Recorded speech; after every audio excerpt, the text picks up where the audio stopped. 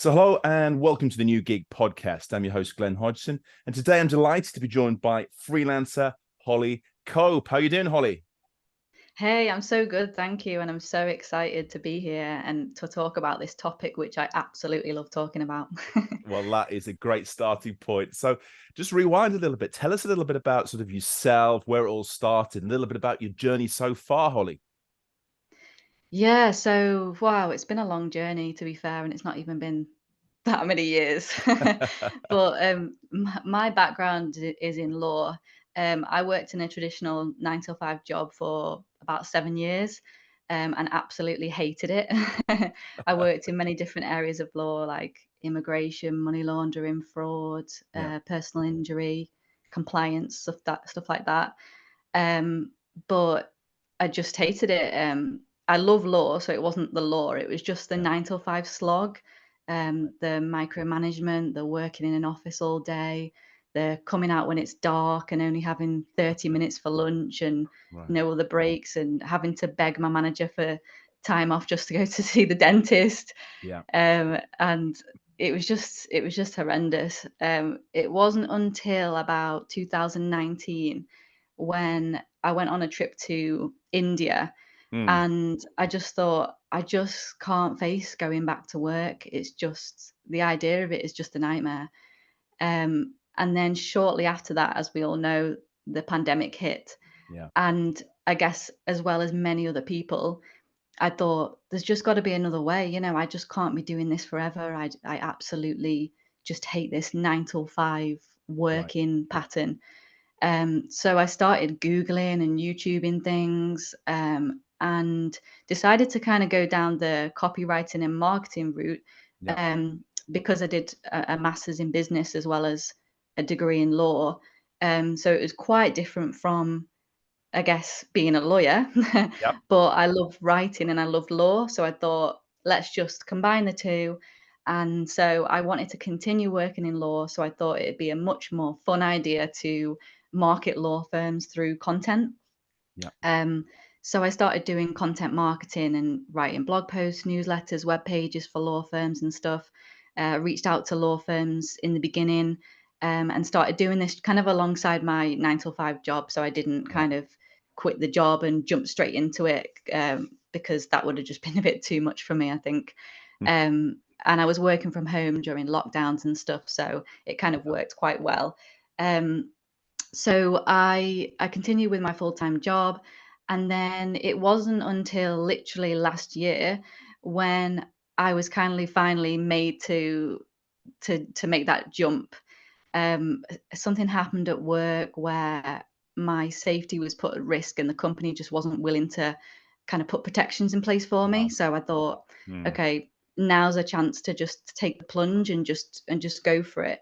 Yeah. And then since then, I haven't really looked back. And after that, literally a month after or a few weeks after I quit, I decided, okay, let's go to Italy. Then I spent a few months in Spain and Portugal, and then South America. And then literally just a few months ago, I applied for the Spanish digital nomad visa, which Right. allows me to live in Spain, permanently. Exactly. That is absolutely fantastic. And what a story. So you almost fell into the digital nomad lifestyle almost a little bit by mistake, just by doing it, seeing how it worked out and trying it on. Yes and no. I Okay. knew that I wanted to travel and work. That was my main reason why, to be honest with you. Mm, It was the flexibility and the ability to live and travel, because I've always been a traveler, but I've hated the idea that, okay, I only get 4 weeks off in a whole year with a 9 till 5 job to travel. That's yeah. not enough for me. Yeah. 4 weeks, I'm just getting started. Mm. Yeah, exactly. And what is it about this mindset? I suppose sort of the law world particularly is very conservative. There's a very specific way of doing things. But this mentality that people think that because you're not in an office 9 to 5, 5 days a week, you're not working, whatever that is these days. There's such this old-fashioned mindset that the 9 to 5 is the only way to deliver value, where the reality is it's quite the opposite in most cases. Yeah, 100%. I completely agree with you, because Yeah, I do think the 9 till 5 traditional way is archaic now. Yeah. We know that people have different working styles, working patterns. Some people can't work 9 till 5. For example, I like to my freshest moments when my brain is most active is about 6 o'clock in the morning. So if we're starting at 9 o'clock, then I've already lost 3 hours of productivity, you know? Yeah. And it's about 1 or 2 o'clock when I start my brain starts to kind of get distracted and stuff. So it is archaic, and I think we need to step out of that and just start looking more at it at a modern angle, if you know what I mean. Absolutely. Well, it is because the technology's there, the possibilities are there. It's just kind of the mindsets that need to shift, and it's crazy when we're sort of, people talk about the speed of change in so many areas of life and society.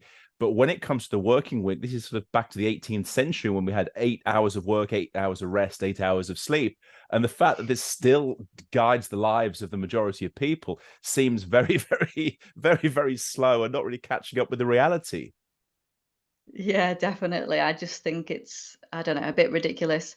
And just over the years, having worked 9 till 5 myself and now working as a freelancer and digital nomad, I've noticed the massive difference between the two and Yeah, realized that now I'm way more productive, way more motivated, and I'm able to move around and get different perspectives and different inspirations, which you can't do when you're literally sitting at a desk in an office for definitely core not. hours, you know? Yeah, yeah, you definitely can't, and I think that just by you sharing your story, I think opens the eyes of individuals to what the possibilities are really, as much as anything else. Because we see at very regular intervals these sort of studies that this kind of panic and misery that people have on a Sunday afternoon because they start thinking about a new working week starting, that the weekend is disappearing. And the fact that this is like a majority of the population lives in this kind of anxiety just seems crazy. Oh, tell me about it. Honestly, it's I don't understand it. I used to get that, the Monday morning blues, Sunday Yeah, night. Sunday used to be my worst day of the week. Like I hated Sundays because it was just like the whole day was just anticipating for the end of the day, for then yeah, Monday morning to have to wake up really early, get to work. It's dark in yeah, England anyway. yeah. It's just a nightmare, and yeah, it doesn't make any sense why people are putting themselves through that. I understand why they are, because you think it's the normal thing. That's what you're kind of taught. That's what society tells you to do. Mm, And I did it myself for many, many years. And I would go yeah. to the office every day, and people around me, I'm talking 50-year-olds, 60-year-olds, would be like, "Oh, I can't wait for the weekend. Oh, it's only 10 o'clock." I've Just been there. really dreading the day. And I was just thinking, I can't do this. I can't be Yeah, like this. I was only in my 20s at the time, and I was like, yeah. I cannot live the rest of my life like this. This is literally a living nightmare. But it is, and it's exactly as you say. The only respite is like 4 weeks holiday, or this kind of golden image of retirement when you're 65, or even later these days, that suddenly everything will be great. But of course, by that time, if you're still alive, you're not in the position to enjoy it in the same way. It just seems a ridiculous way to sell hours, sell your life away, when you can actually be more productive. And of course, companies and organizations, they can benefit from this increased productivity as well. It seems to be an obvious thing that no one's pushing on the unlocked door as much as they should be. I know, I know. And my parents, they're both retired and they work their whole lives. And, my dad said to me, if I knew that you could do this, as in what I'm doing, Right. or if being a digital nomad was a thing back then, which it wasn't in the 60s, 70s, No. then he would have done it, and he just looks at me and just thinks, why couldn't I have done this? Yeah. Because as you say, you're working all your life and then you get to an older age where you're able to travel and do what you want, but you maybe got other commitments or grandkids or whatever. Right. Why can't you Yeah. flip the script and be retired now and then work later? That's what I'm doing. I'm thinking, oh well, there we go. So a 9 to 5 when you're 65, then Holly. That's good. I think it's lot Yeah. change. I mean, what do you see in terms of how do people react? I mean, that's your sort of your family give you. Is it friends, ex-colleagues, and sort of business partners? Do they get it, or do they think, well, this is not really working? Because some of the things that we hear sometimes is that people say, well, oh, that's not serious. You're only doing this because you can't get a real job, which of course is the complete opposite. But do you encounter this kind of sentiment sometimes, Holly? Oh yeah, all the time, all the time. Mm, When I quit my job, I I said to people, I'm going to be traveling, but I'm also going to be doing a bit of work on the side and whatnot. Obviously, it's turned into more than that now. It's a full on full time job. What yeah, I'm doing, and they didn't get it. They were very concerned, very worried. yeah, They were like, "Oh, are you going to be all right? How are you going to cope?" And all these things. And then my dad had worries like, "Oh, well, what about your pension and stuff?" And it's like, well, there are other alternatives to pensions and whatnot. yeah, And, I'm not daft. I can put things in place and make plans. This is not just a rash decision. This yeah, is a lifestyle move that if I don't do, I could be going down the route of, I don't know, like having serious mental health problems because yep, that 9 till 5 way of working was just completely sucking the soul out of me. yes, So if I don't do this, then there's gonna be bigger problems, you know? yeah, So yeah, it was just a case of just explaining to people, and if they were so closed off to the idea, which a lot of people are, who mm. work in 9 till 5 jobs, not to kind of disrespect them or anything like this, No, not at but all. It's for everyone. It's yeah. flexibility. People choose their different route, but the ability to have that flexibility and realize that one size definitely doesn't fit all. Exactly, yeah, yeah, but many of them are kinda closed off to the idea because they just think, "Whoa, that's just too crazy," that way of living is just too Yeah. crazy. Mm. So if I kind of gauged that they had this kind of mentality, I thought, well, there's no point in me trying to kind of convince them that the Yeah. way that I wanna live Mm. is good because they think it's crazy. So I just kind of like accept the comments and just stick with what I'm doing. I know that it's right for me, so that's all that Absolutely. matters really. Yeah. And how do you find sort of the process of finding new business as well as sort of doing the work itself? Is that via platforms? Is it by your own contact network? Is it just by word of mouth? How do you tend to find opportunities and new projects? Yeah, it's a very good question and the burning question that everyone has when they're starting out. Yeah. And I think that I started off, it was a few years ago, as I say, during lockdowns when I started to do cold outreach via email. Yeah. And I've literally continued doing that for years, reaching out to law firms, legal companies, things like that. Yeah. So Great. the majority of my work has come from cold outreach. But more recently, I've started to take advantage of things like LinkedIn, Yeah. and I've also got my own podcast, which talks about freelance Very good at this life and too. being and being a digital nomad and stuff. So opportunities have come from that, but also I've kind of started to kind of upskill myself and build on my current skill sets, and Mm. I've started to offer podcasting services to my current clients. So Excellent. basically, a number of different ways, I guess. My own through my own content, cold outreach, and then kind of leveraging my own connections that I've made within the industry as well. Mm. Yeah, and I think this is a really important lesson for a lot of people is that there's not just one channel. There's going to be several things you're going to have to use, and also keep your eyes and ears very much open at the whole time for possibilities, and also shake the tree to make things happen. I mean, it's very seldom that things happen and the food flies onto your plate. You have to go out and hunt for it, and I think this kind of mentality, which I think is very well attuned to the majority of freelancers, digital nomads. They have this sort of intrinsic ability to go out and find stuff, make things happen, and also the upskilling and reskilling you talk about as well. And I think that this is why I think that open talent is so much in demand these days, because it's individuals who will continually work on their skills, their knowledge and expertise to be able to deliver more value to companies and organizations on the projects that they want to begin.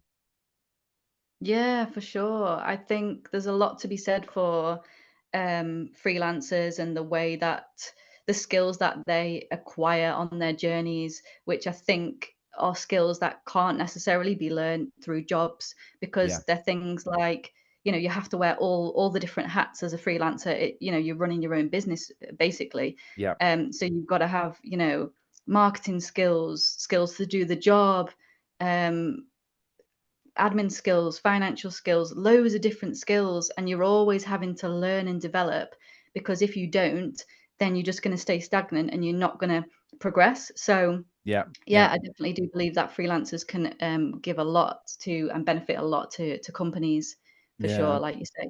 Absolutely. And you talk about sort of the positive elements of this. What are some of the negative things that you've encountered on your journey? Apart from the fact that people don't think what you're doing is serious, people who are uninformed about the reality. But is there any other sort of it's a bit of a roller coaster lifestyle, but some of the troughs as well as the peaks that you encounter on a day-to-day basis, Holly?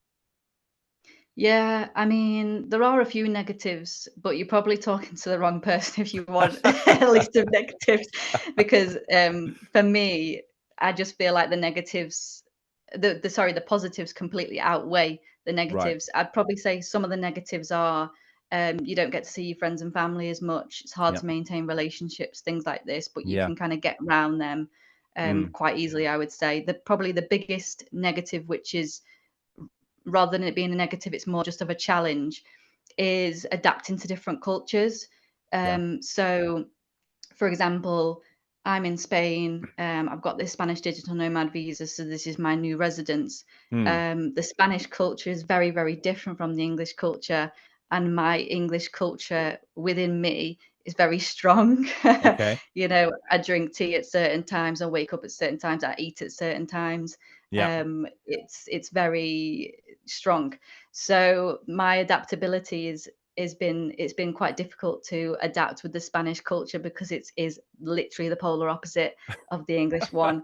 So I've had to, learn to stay up a bit later, eat a Yeah. bit later, and all these things, which is one of the challenges of being a digital nomad. You have to adapt to the place that you're living in Exactly. order to thrive and not feel left out or lonely or Yes. down. Yeah, yeah, exactly. I can imagine that's the case, but I can also, you have that sort of natural inquisitive character, Holly, that you see that as a challenge as opposed to a negative element, and you work your way around it and work with it to help yourself to grow. And I think that's an important part of this as well, to sort of challenge yourself to see how far you can push yourself to adapt to these kind of things. And you talked a little bit about sort of digitalization, of course. COVID, has this made it more, if not normal and mainstream, certainly more acceptable that people can use digital channels, that can actually deliver value in terms of their work without being in a sort of a physical location? Has this kind of the silver lining from the cloud, has it actually sort of helped in that respect? Yes, massively. It's massively helped. But also, I work with immigration firms, but global immigration firms. Right. So I have not only noticed this digitalization transforming the way that I'm able to work and society in general, but also the world Yeah. through different things. Like, for example, in the UK, the government has literally just changed the flexible working rules so that it's easier for employees to request flexible working Yes. arrangements. So the government is already realizing, okay, people are wanting to work remotely and flexibly, Hmm. and they're prioritizing this over even salary and security in their jobs. Yeah. And also, there are so many digital nomad visas available now. So this Right. is also showing that the world is changing through digitalization, because so many countries are introducing them Spain introduced its digital nomad visa in January. Um, the Czech Republic just a few weeks ago. Um, every country is just starting to introduce these visas because Yeah. they're realizing the importance of digitalization and the value that it has for workers and people wanting to step away from their jobs and freelance, or for companies, because a lot of these digital nomad visas are available for employees of Yeah. foreign companies. So it just shows that, this type of visa was never even a thing a few years ago. And Yeah, since definitely. the pandemic, it's become a massive phenomenon because digital nomad, the digital nomad lifestyle and digitalization has become a phenomenon itself, and people are realizing how that working remotely or working in different locations really, really benefits people through productivity, motivation, and benefits companies subsequently. Yeah, completely. And I think it's great what you say. And I think that countries are actually and regions are actually getting onto this now, whereas traditionally the money would be put into sort of tourist attraction marketing of locations. I think we're seeing this very, very early steps towards attracting digital nomads, attracting sort of high skilled talent, and individuals who can actually work from there. And as you say, it can be digital nomads, but also can be employees who can sort of work from different locations. And I think this is sort of something that countries, regions, cities are just getting just getting hold of. Yeah, yeah, definitely. I think the world is definitely changing, and digital nomadism, or whatever you call it, Yeah. is definitely becoming. People are seeing the value in it, and it's becoming way more valued than potentially the traditional 9 to 5. So I Yes. don't know if in future 9 to 5 might be a thing of the past, but that might be the Mm, distant future. I don't know. As the mm, generations kind of moved on, and younger generations now become older, it might be that 9 to 5 becomes extinct. yeah. Yeah, it could do. It could do. I think there's, and I also think that the organizations are changing, Holly. I think that almost this hybrid approach that you will have like a core of workers full time, if you want to call them that, who sell their hours to one single supplier. But I think this will be bolstered by sort of specific skills and expertise who will deliver their competence in the areas where they excel almost on demand, for whether it's sort of accounting, marketing, the technological support, programming. I think there's various things that can actually sort of be brought in, and we see sort of certainly in my sort of sphere, the sort of more this is large and medium sized as well as small organizations who are getting this very quickly. They're actually sort of building up this kind of bench strength of skills that they can call on and use as and when they need it. So I think that the kind of the organization is changing as well. So I think the kind of the 9 to 5, if not dying out, I think it's certainly going to be something that's going to be more limited over time. But also, there's the other side of this, as you were saying, the fact that you have to be responsible for finding the business, working the business, marketing. It puts a lot more emphasis on the individual to stay relevant and actually work on their own skills along a wide variety of sectors and abilities as well. Yeah, yeah, yeah. No, definitely. It's not for everyone, Mm, because a lot of people don't want to have all these responsibilities and all these right. burdens, because they can be Yeah. burdens. Um, so yeah, I think it is daunting for a lot of people, and it's not necessarily something that everyone would want to do, as you say. Mm. But it is, the benefits are there for if it's your kind of thing. I think this Oh opportunity yeah. as well for the flexibility element to be able to choose much more when, where, and how you work is so important. And I think for individuals who work in different ways in terms of different hours, but also, as you were saying before, people with different responsibilities as well, who maybe can't be in an office 8 hours a day, then the commute on top of that. There's various other things. Even if they wanted to, there's different ways they can organize themselves to be productive. Yeah, yeah, that is very true.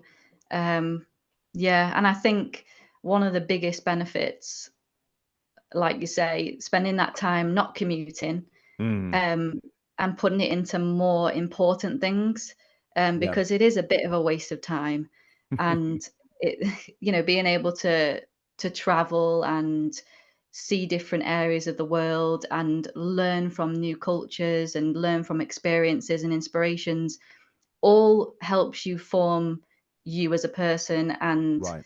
your skills and perspectives, and it gives you a diverse mentality which you just simply cannot get from anything else. Mm, And I think that I have learned more as a digital nomad, learning from cultures, languages, and all the things that I've just mentioned, than I have in school, university, and in a job. So for me, you can't beat this lifestyle. fantastic. Well, look at that. A real cheerleader for the work style, lifestyle shift that you've made. And it's fantastic to have you share your story and share your journey, and hopefully inspire other people if they're on the fence, maybe to sort of take the leap and give it a go, because it's like everything, you never really know until you start it. And it's too easy to wait a day, a week, a month, or a year. And sometimes if you've got the plans there, just to get going and see how it works. Yeah, I would say put small things in place. You don't need to make massive jumps. Just put Right. small things in place each day, whether that's doing a bit of research about what you want to do or reaching out to a few different companies or looking on LinkedIn. Small things each day so it doesn't feel like a mammoth thing. And Yeah. these things will accumulate into bigger things. And you'll be able to be in a position like me where maybe a year down the line, you're in a position to take that jump. Yep. And it is a scary, scary prospect. But the thing that I thought was, well, at any moment I could just literally get a job, you know? Right. Yeah. It's not it's I don't see this as a risk Mm. because as long as you have the things in place, you have work coming in, you have clients, even if it's just a few, and you can build on that. You have the potential to build on that. Yeah. This is not a risky thing because you Mm. can tomorrow just look for another job, or there are job boards or platforms where you can freelance, Yes. um, but for companies similar to a job. Mm. So it's just something that if you're on the fence, just go for it because I don't think you will regret it. And if you do regret it, then you've learned from it and you can just go Yeah. back to where you were before. Exactly. You either win or you learn. I think that's the great approach. And Holly, Yeah. really appreciate your time, and hopefully you'll come back again soon to be able to give us a few more words of advice as you've taken a few more steps along the journey. Oh, I'd love to. And thanks so much for having me. I've really, really Pleasure. enjoyed it. Thanks indeed.